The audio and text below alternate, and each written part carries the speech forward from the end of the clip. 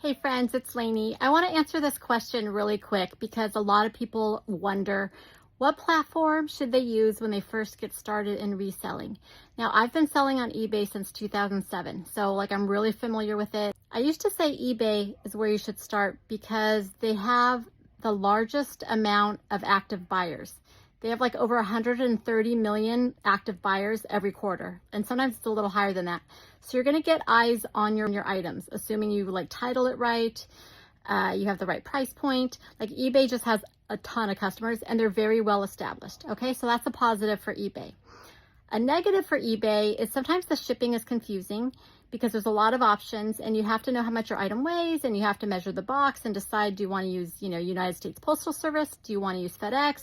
Do you want to use your own shipping? Do you want to pay? Do you want the buyer to pay? So sometimes the shipping could be confusing at first with eBay. One other downside with eBay is their transaction fees, how much they charge you depending on what you sell the item for.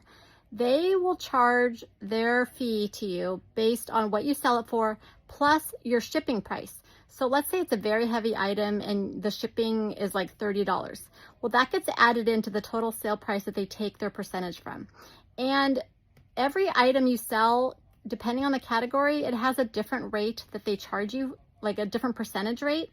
So what my rule of thumb is I always just assume they're going to take out 13% because it might be a little high on some items depending on the category, but it's just a good rule of thumb that I use just to make sure I'm pricing my items right, around 13%.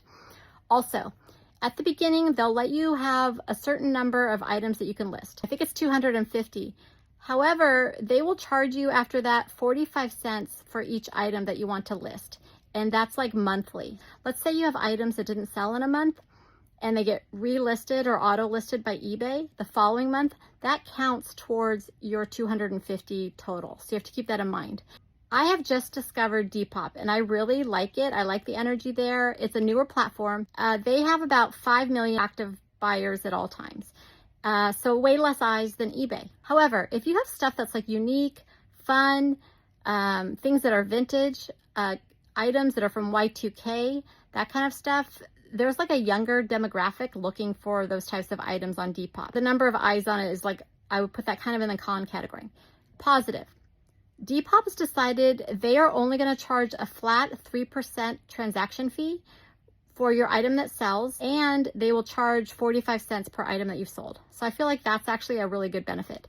Another benefit to starting with Depop is their shipping is really easy. You just have to know how much the item weighs, and it has to weigh under 10 pounds. I have another video that talks about the shipping rates, and it's pretty straightforward.